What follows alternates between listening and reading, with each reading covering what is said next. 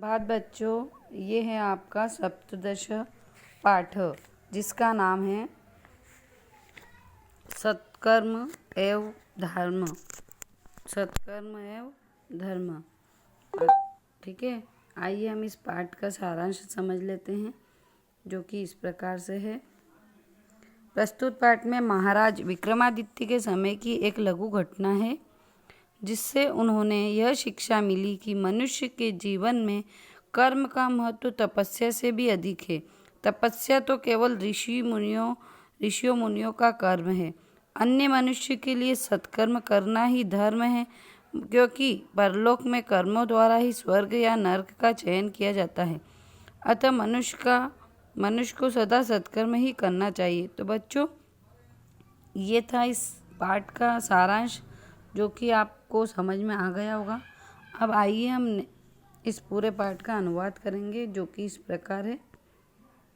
एकदा विक्रमादित्य नगर भ्रमण समये एकम मरणासन रुग्णम दृष्टवान। अर्थात एक बार विक्रमादित्य ने नगर का भ्रमण करते समय एक मरणासन रोगी व्यक्ति को देखा। तस्य दर्शनेन मनसि वैराग्यम अद्भुतम।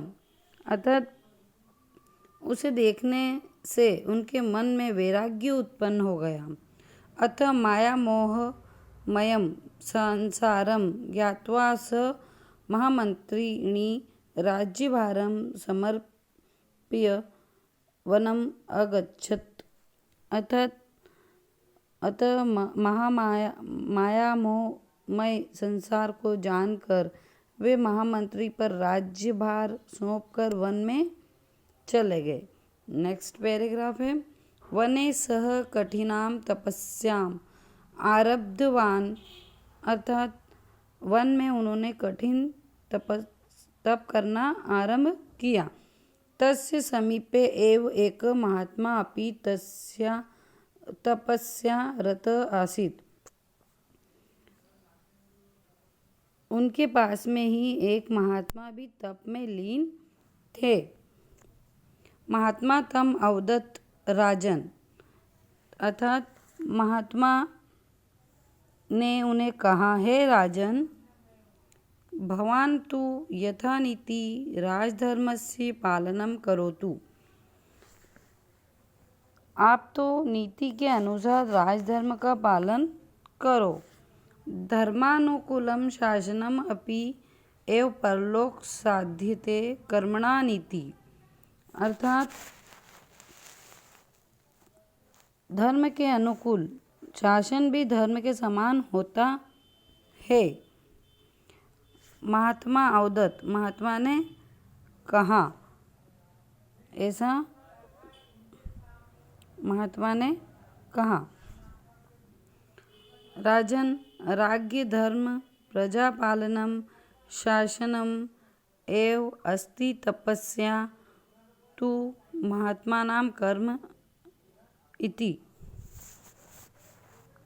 अर्थात धर्म के अनुकूल शासन भी धर्म के समान होता है, ऐसा उन महात्मा ने विक्रमादित्य को उपदेश दिया। इत्युक्त्वा महात्मा राजनं पृष्टवान। ऐसा उन महात्मा ने उनको कहा। विक्रमादित्य ने जवाब दिया।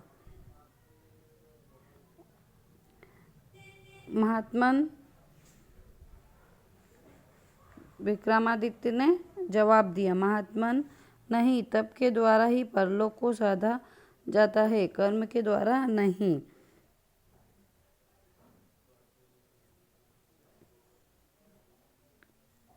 इत्युक्त्वा महात्मा राजानां पृष्टवान कर्म तपस्यों का भेद। महात्मा बोले, राजन, राजा का धर्म प्रजा का पालन करना है, शासन करना है, तब तो महात्माओं का कार्य है। यह कहकर महात्मा ने राजा से पूछा, कर्म और तप में क्या भेद है? ठीक है। राजा अवदत्, कर्मणा स्थानम भिन्नम परम तपस्या स्वर्ग प्राप्ते साधनम। अर्थात राजा ने कहा राजा ने जवाब दिया, कर्म का स्थान भिन्न है परंतु तप स्वर्ग प्राप्ति का साधन है। एतच्छ्रुत्वा महात्मा हसन अवदत् राजन। यह सुनकर महात्मा हंसते हुए बोले, मनुष्य उत्तमानि कर्माणि कृत्वा अपि परलोकम साधितुम शक्नोति। अर्थात हे राजन, मनुष्य को योग बल से वही पर यमलोक का दृश्य दिखाया। अनंतर महात्मा योग बलेन तत्रैव यमलोक दर्शन विक्रम दशुत। दस्य यमराज दूतान पृच्छति। मतलब यह सुनकर महात्मा हंसते हुए बोले कि हे राजन, मनुष्य को योग बल से ही वही यमलोक का दृश्य दिखाया। दृश्य में यमराज दूत से पूछते हैं, एतस्य कर्म कीदृशम्। पूछा, इनका कर्म कैसा है। एक दूत अवदत्, एक दूत ने जवाब दिया, कर्मणाम लेखनम तु चित्रगुप्तस्य पार्श्वे अस्ति। कर्मों का लेखा तो चित्रगुप्त के पास है। क्षणम विचार्य यमराज दूतान आदिष्टवान यत्।